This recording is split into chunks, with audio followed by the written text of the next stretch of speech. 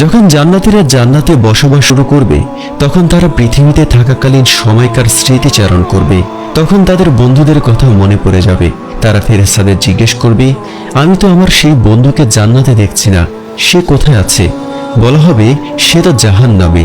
তখন সেই মুমিন ব্যক্তি আল্লাহর কাছে বলবে, হে আমার রব, আমার বন্ধুকে খুব মিস করছি, তাকে ছাড়া আমার কাছে জান্নাতের আনন্দ যে পরিপূর্ণ হচ্ছে না। অতঃপর আল্লাহ সুবহানাহু ওয়া তাআলা আদেশ করবেন অমুক ব্যক্তিকে জাহান্নাম থেকে বের করে জান্নাতে প্রবেশ করানোর। তার বন্ধু জাহান্নাম থেকে রক্ষা পেল এই কারণে নয় যে সে রাতভর ইবাদত করত কিংবা কোরআন পড়ত, বেশি বেশি সাদকা করত, দিনের পর দিন রোজা রাখত, বরং সে মুক্তি পেল কেবলই এই কারণে যে তার বন্ধু তাকে স্মরণ করেছে।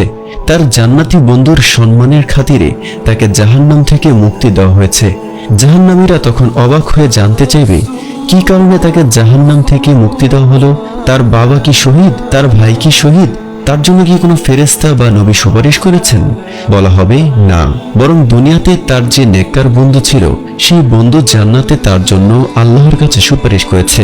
এই কথা শুনে জাহান্নামীরা আফসোস করে বলবে, হায়, আজ আমাদের জন্য কোনো সুপারিশকারী নেই, হায়, আমাদের এমন কোনো সত্যিকারের বন্ধু নেই। এরপর তিনি এই আয়াত দুটি তিলাওয়াত করেন, আমাদের কোনো সুপারিশকারী নেই, আর কোনো সহৃদয় বন্ধুও নেই। সূরা শুআরা আয়াত 100-101। এখন তাহলে আমাদের কেমন বন্ধু নির্বাচন করা উচিত? এই ঘটনা উল্লেখের পর ইমাম হাসান বসরি রাদিয়াল্লাহু বলেন, অতএব তোমরা বেশি বেশি নেক লোকদের সঙ্গে অবলম্বন করো, তাদের ভালোবাসো, যাতে কিয়ামতের কোনো ঘাটে আটকে গেলে তারা তোমাকে ছাড়িয়ে আনতে পারে। তাফসিরে বাগাভি সূরা শুআরা। ইমাম গাজ্জালি রহমাতুল্লাহ কারোর সঙ্গে বন্ধুত্ব করতে হলে 3টি গুণের দিকে লক্ষ্য রাখার কথা বলেছেন। 1.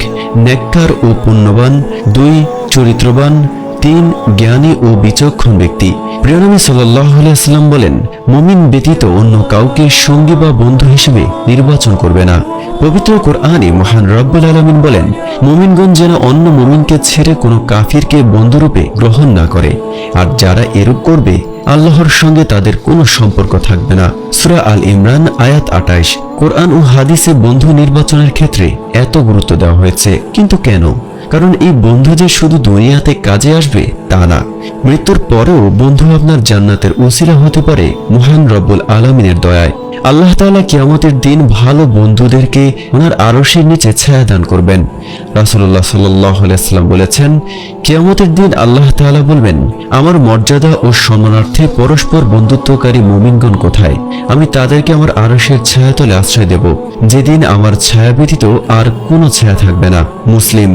সুতরাং যে আমাকে জান্নাতে না পেলে খুঁজবে, এমন ব্যক্তিকে